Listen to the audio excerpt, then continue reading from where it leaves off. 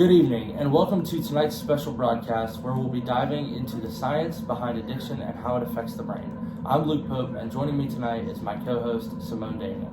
It's a pleasure, Luke. Addiction is such a pressing issue, and understanding what's going on inside the brain can really help people appreciate how complex it is. Absolutely. We hear the word addiction all the time, but what exactly does it mean for the brain? Is it just about willpower, or is there something deeper happening? Tonight, we'll be exploring that very question. From what addiction looks like in the brain to how it takes over our behavior and impacts daily life. We're going to give you an inside look at how the neurobiology of addiction works. So Simone, let's start with the basics. What exactly is happening in the brain when someone becomes addicted to a substance or behavior? We've all heard that addiction involves the brain's reward system, but what does that mean? Great question. According to the article, Neurobiological Mechanisms of Addiction, at the core of addiction is the brain's dopamine system. Dopamine is a neurotransmitter, a chemical messenger in the brain that is released when we experience pleasure, like eating, exercising, or spending time with loved ones. But when someone engages in an addictive behavior or uses a substance like drugs or alcohol, the brain gets flooded with dopamine in huge amounts, much more than normal.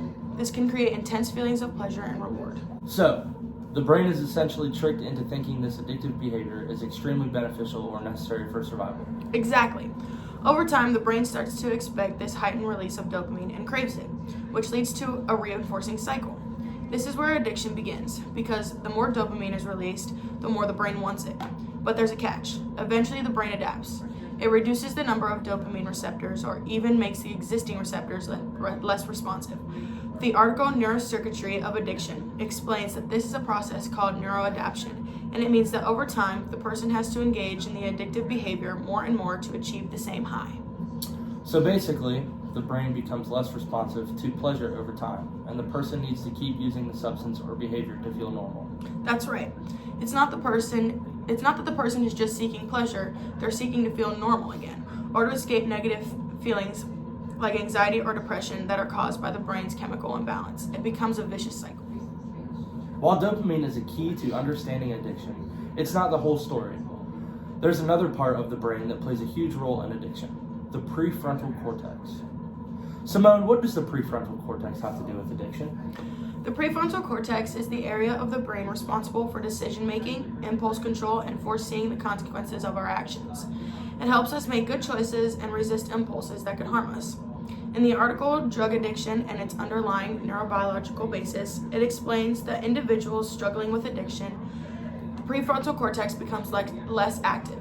This means that even though they may know that using drugs or engaging in addictive behaviors is bad for them, they can't stop themselves from doing it. So when someone is addicted, it's not just a lack of willpower. There's a physical change in the brain that makes it harder to make decisions.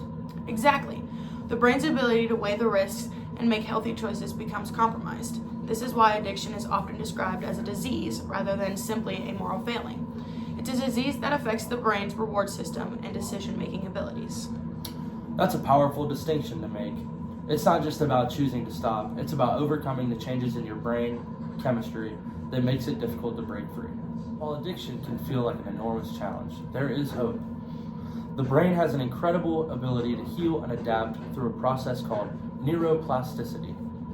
Simone, how does neuroplasticity work in the context of addiction recovery? In the article, Neuroplasticity and Recovery from Addiction, it is explained that neuroplasticity is the brain's ability to reorganize itself and form new neural connections. With the right treatment, the brain can begin to repair itself. This might include therapy, medication, and support groups. Over time, the brain can restore some of its normal functions, especially in the prefrontal cortex. So while addiction rewires the brain can also be rewired in a way that helps people recover. Exactly. Recovery is possible. It takes time, treatment, and a lot of support, but the brain can heal. This is why it's so important to approach addiction as a medical condition and not just a personal failure. Wow, that's a powerful message. Recovery is possible, and there's support out there for anyone struggling with addiction. Well, that wraps up our report on how addiction affects the brain. We hope this segment has helped you better understand the science behind addiction and the potential for recovery. Thanks for joining us tonight. I'm Luke Pope. And I'm Simone Daniel. Take care of your brain and remember help is available and recovery is possible.